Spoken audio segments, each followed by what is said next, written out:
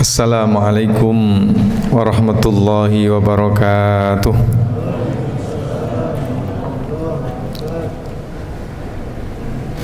Alhamdulillah, alhamdulillahilladzi anzala al-Qur'ana fi syahri Ramadan wa kataba lana as-siyama fi nahari syahri Ramadan wa hathana bil qiyami fi layali syahri Ramadan. Wassalatu wassalamu ala nabiyyina Muhammadin wa huwa min sulalati Adnan wa ala alihi wa sahbihi wa man tabi'al furqan. Asyhadu an la ilaha illallah wa asyhadu anna Muhammadar Rasulullah. Allahumma salli wa sallim ala abdika wa rasulika Muhammadin wa ala alihi wa sahbihi wa man tabi'ahum bi ihsan. Qala Allah ta'ala fi kitabihil karim wa huwa asdaqul qailin. Ya ayyuhalladzina amanu taqullaha wa kunu ma'as sadiqin. Wa qala fi ayatin ukhra wa may ya'tasim billahi faqad hudiya ila siratim mustaqim. Ma'asyiral muslimin wal muslimat, bapak-bapak, ibu-ibu, hadirin hadirat, ayahanda, ibunda, adik-adik semua yang saya muliakan. Malam ini kita merafakkan syukur kepada Allah Subhanahu wa taala. Pada tahun ini kita diberikan kenikmatan umur panjang, kesehatan, kekuatan dan juga kesempatan sehingga dapat melaksanakan ibadah-ibadah pada bulan Ramadan. Tentu kita berdoa mudah-mudahan seluruh rangkaian ibadah yang kita lakukan dicatat sebagai amal kebaikan, diterima oleh Allah Subhanahu wa taala yang akan memberatkan timbangan, bermanfaat bagi kehidupan kita fid dini wad dunya wal akhirah. Bapak, ibu-ibu yang dirahmati, orang yang berilmu dengan orang yang enggak ngerti itu berbeda. Orang yang berilmu pembawaannya biasanya tenang, teduh, melihat dan memahami sesuatu tidak dari yang nampak saja.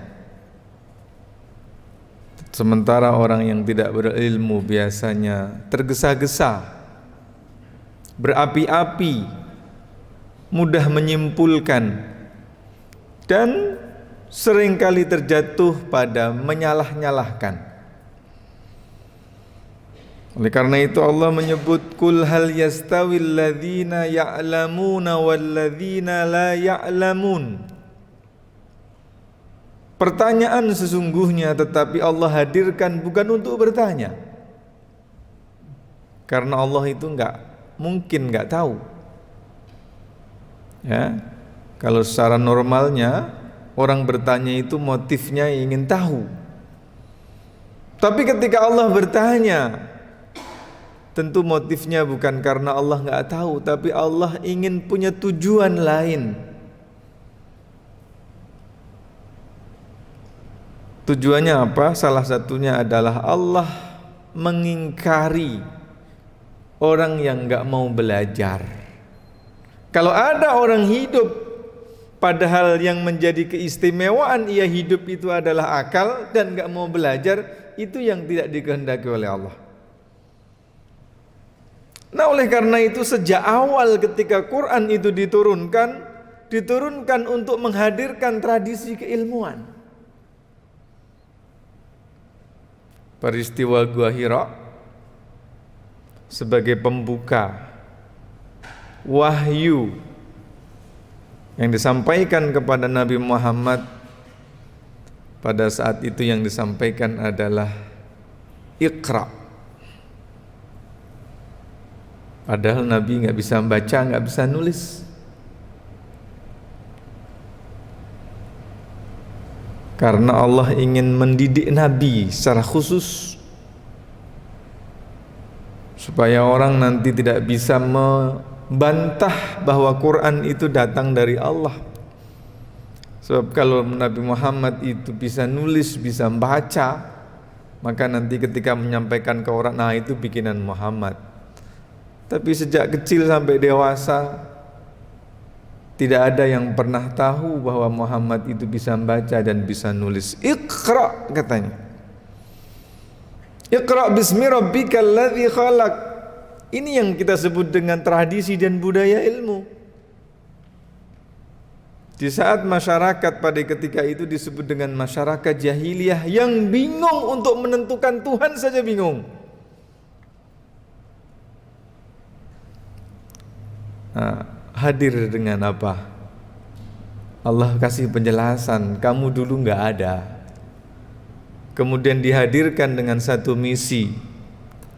Dan ketika selesai tugas-tugas di dunia itu selesai, nanti kamu akan kembali. Semuanya didetailkan oleh Allah Subhanahu wa taala. Wa ma khalaqtul jinna wal insa illa liya'budun.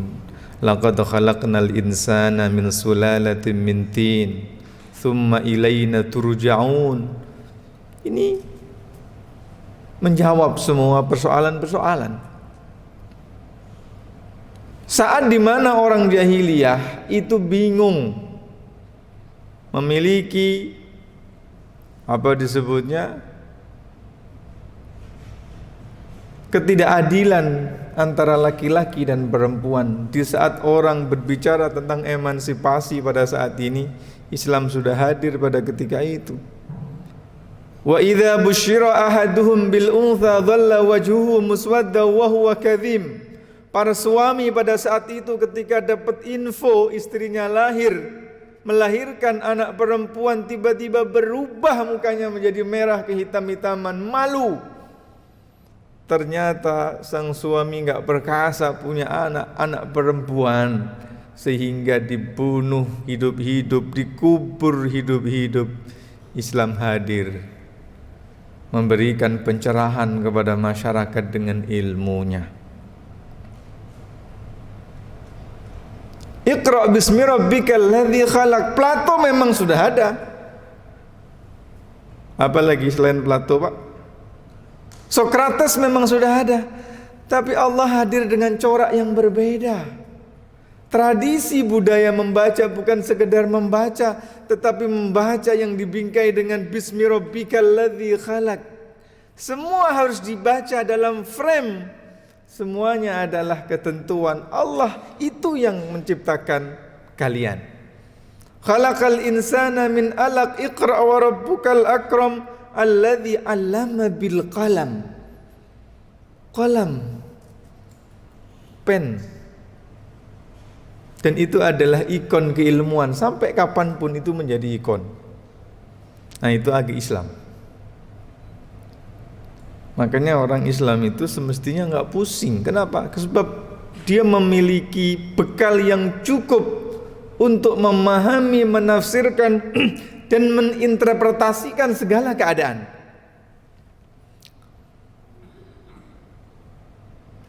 Bapak yang saya muliakan, kalau Ustadz kita ini jadi imam, itu bisa kita fahami. Kenapa? Karena beliau yang hafalannya paling banyak, bacaannya paling fasih, dan suaranya paling merdu. Betul Pak ya? Betul nggak? Ada yang lebih hafid dari beliau? Ada nggak? Nah, aslinya bisa kita maklumin. Tapi ada sesuatu yang menurut logika kita nggak kita maklumin. Misalin,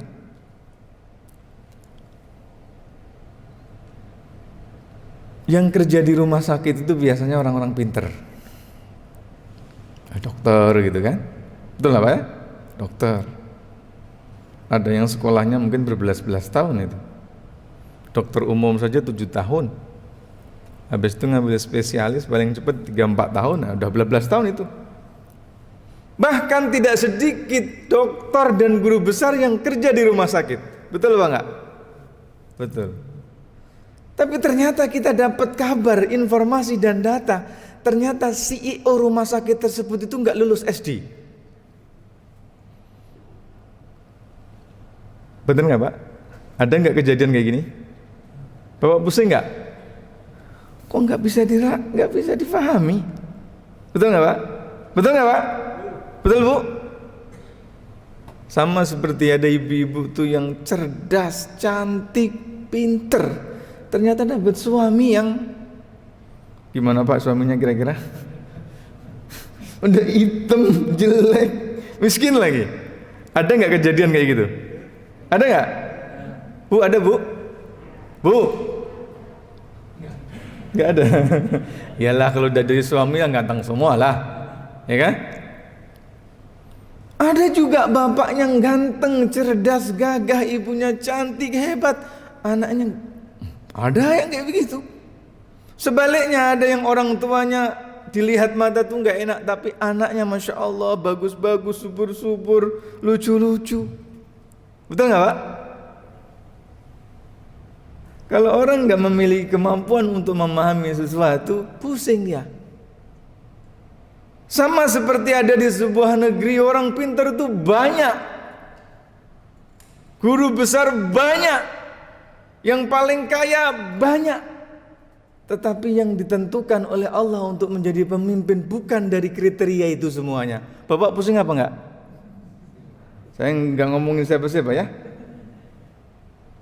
Betul enggak Pak? Tapi orang beriman dan orang berilmu memiliki kemampuan untuk memahami itu semuanya. Allahul ladzi khalaqa sab'a samawat wa minal ardi mithlahun. Allah menciptakan langit 7 lapis dan demikian juga dengan bumi. Yatanazzalul amru bainahun. Semua keputusan apa yang akan terjadi di atas muka bumi itu naik turun bumi langit di dalam genggaman Allah. Sehingga tadi ada peristiwa-peristiwa yang bisa kita fahami, ada peristiwa-peristiwa yang enggak kita kehendaki. Siapa sih yang enggak pingin kalau anak-anaknya cantik, pintar, anak tunggal, pengenlah mantu yang ganteng, pintar, kaya juga. Siapa yang enggak pengen? Tapi ternyata ada keputusan yang sudah disampaikan oleh Allah dari langit, disampaikan ke bumi, tidak berbalik dengan itu semuanya. Ternyata Allah menyampaikan Bapak, semua peristiwa itu lita'lamu, supaya kalian semua tahu, faham, punya ilmu, bisa menafsiri apa? Annallaha ala kulli syai'in qadir. Sesungguhnya Allah Maha Kuasa. Maka orang mukmin, orang berilmu itu tidak pusing menghadapi kehidupan. Kenapa? Ada ono. Wa annallaha qad ahata bikulli syai'in ilma, dan Allah mengetahui segalanya atas sesuatu yang terjadi. Maka kalau seandainya kita ini sudah kita coba dari kecil sampai dewasa, kita didik anak, tapi anak misalkan belum nurut, orang beriman dan orang berilmu punya cara untuk menginterpretasi apa yang terjadi dalam kehidupannya. Nah, oleh karena itu, di antara rukun iman yang wajib kita imani yang nomor 6 itu adalah antu'minu bil qadri khairihi wa syarrihi. Yang harus kita imani ini bukan takdir yang sesuai dengan kehendak kita saja khair, tapi juga yang syar. Oleh karena itu Bapak, kemudian Allah memuji orang-orang yang beriman dan orang yang berilmu. Yarfa'illahu alladhina amanu minkum walladhina utul ilma darajat. Oleh karena itu kalau kita ini adik-beradik, biasanya yang paling bijaksana, yang menjadi rujukan itu adalah yang bijaksana, yang berilmu, meskipun mungkin status ekonominya enggak seperti kita. Perhatikan adik-beradik kalau berantem, maka biasanya yang menjadi penengah, yang memiliki kedalaman dalam memahami sesuatu, bukan yang paling kaya. Kalau yang paling kaya tetapi ego, biasanya jadi problem semuanya itu. Nggak bisa nengahin kalau ada apa-apa berilmu. Bapak yang saya muliakan. Nah oleh karena itu kenapa orang Rasul itu meminta kita untuk nuntut ilmu, dan itu menjadi sebuah kewajiban yang harus dilakukan dari belayan ibu sampai masuk ke dalam liang lahat. Karena itu, Bapak yang saya muliakan, Pak, Ibu dulu ketika dirayu sama bapak itu gampang apa mudah, Bu? Apa sulit? Bu, dulu yang jadi itu bapak yang rayu atau ibu yang mau? Bu, saya mau ngomong, iya dua-dua, iyalah. Tapi siapa yang mulai? Nah, bapak yang ngerayu atau ibu yang mau? Bapak. Nah begitu dong jawabnya kan. Ngerayu perempuan itu sulit. Lebih sulit lagi kalau perempuan itu cantik, plus cerdas dan kaya. Betul nggak Pak? Betul nggak Pak? Betul kata Ustadz, betul lah. Kalau Ustadz bilang betul, selesai lah Pak. Dan ternyata yang bisa menaklukkan kayak begitu itu namanya Sulaiman. Betul nggak? Yang dirayu siapa namanya? Itu dia. Namanya ratu, mestilah cantik dan mestilah punya kuasa dan mestilah kaya, namanya juga ratu. Betul enggak? Nah itu makanya biasanya juga pusing juga kalau ada orang kaya punya anak tunggal, cantik pula anaknya. Itu sulit, kadang-kadang sulit, karena yang di bawah dia nggak berani ngelamar gitu kan. Sementara dia juga nggak mau kalau di bawah dia, begitu biasanya. Tetapi rupanya Sulaiman bisa menaklukkan si Balkis. Kira-kira Sulaiman lebih pintar nggak sama Balkis? Mana yang lebih pintar? Sulaiman lebih pintar. Dan ternyata caranya lihat Pak. A'udzubillahi minasyaitonirrajim. Innahu min Sulaiman wa innahu bismillahirrahmanirrahim. Alla ta'lu alayya wa'tuni muslimin. Surat terdiri dari 4 kalimat dikirimkan oleh burung hudud, dibawa ke. Dan ternyata ketika Ratu Balkis membaca surat ini gemetar Pak. Lihat cerdasnya Sulaiman. Ratu Balkis yang punya kuasa seperti itu, pada itulah pertama kali Balkis itu bingung. Sehingga pada akhirnya dia mengumpulkan bala tentaranya, para menterinya. Qalat ayyuhal mala'u aftuni fi amri. Wahai para pembesar hulu balang, para menteri, berilah masukan kepada saya. Ma kuntu qati'atan amri hatta tashhadun. Saya enggak bisa ngambil keputusan apa yang harus saya lakukan dengan surat ini kecuali kalian semua sudah ngasih pendapat. Padahal biasanya si Balkis ini kalau ada apa-apa langsung eksekusi, bikin kebijakan, buat kebijakan, buat. Kecuali ini. Jadi orang pinter itu dikasih kemuliaan. Dan terakhir ya. Udah waktunya habis ya. Boleh lanjut Pak? Kan akhirnya Nabi Sulaiman pengen memindahkan istananya Balkis. Dan Nabi Sulaiman itu dikasih kemampuan untuk menguasai 3 bala tentara dari kalangan jin, dari kalangan manusia, dan dari kalangan hewan. Wa khusyira li Sulaiman junuduhu lil jinni wal insi wa hum yuzaun. Jadi bisa bahasa binatang Nabi Sulaiman. Saya enggak mau tahu. Pokoknya begitu biasanya pemimpin kan? Saya enggak mau tahu. Pokoknya pindahkan itu istana Balkis ke sini. Maka semua bala tentaranya berdiskusi. Kemudian masing-masing dari bala tentaranya itu mengutus jurubir. Yang pertama kemudian Burung pastilah nggak mungkin dia bisa untuk memindahkan begitu.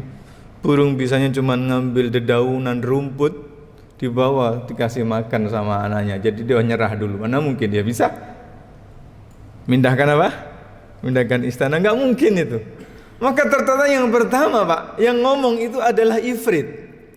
Ifrit itu siapa Pak? Kira-kira kalau di sini itu bintang berapa Pak Ifrit itu Pak?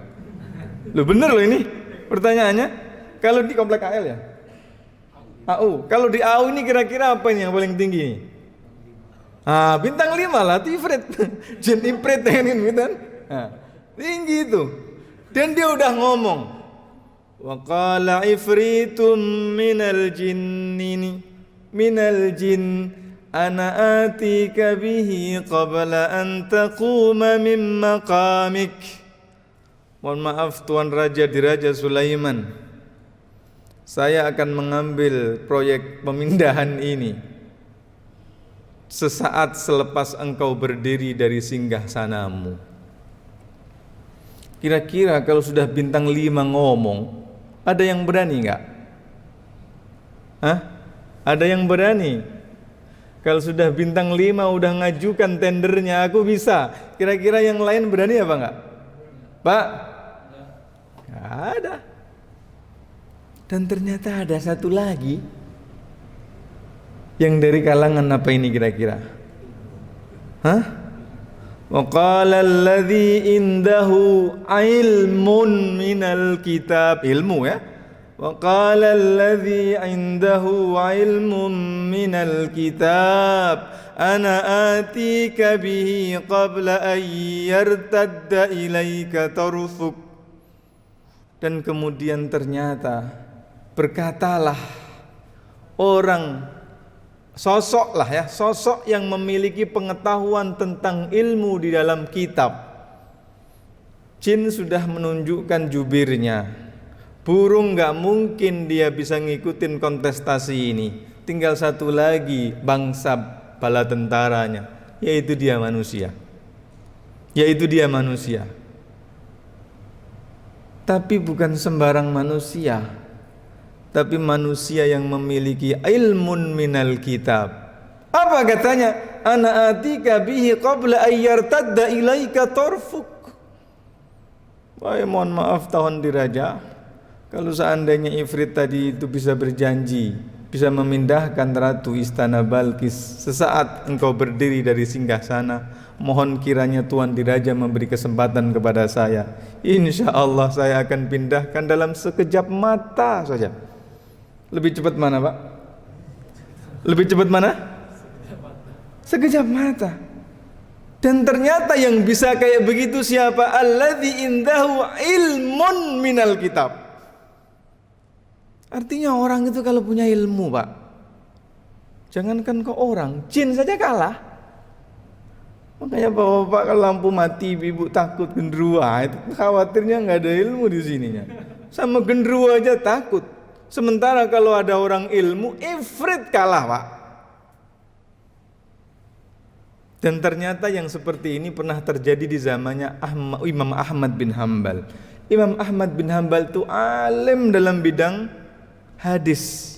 Ketika lagi ngaji hadis, tiba-tiba ada jamaahnya datang minta tolong. Kenapa? Ponakannya lagi kesurupan.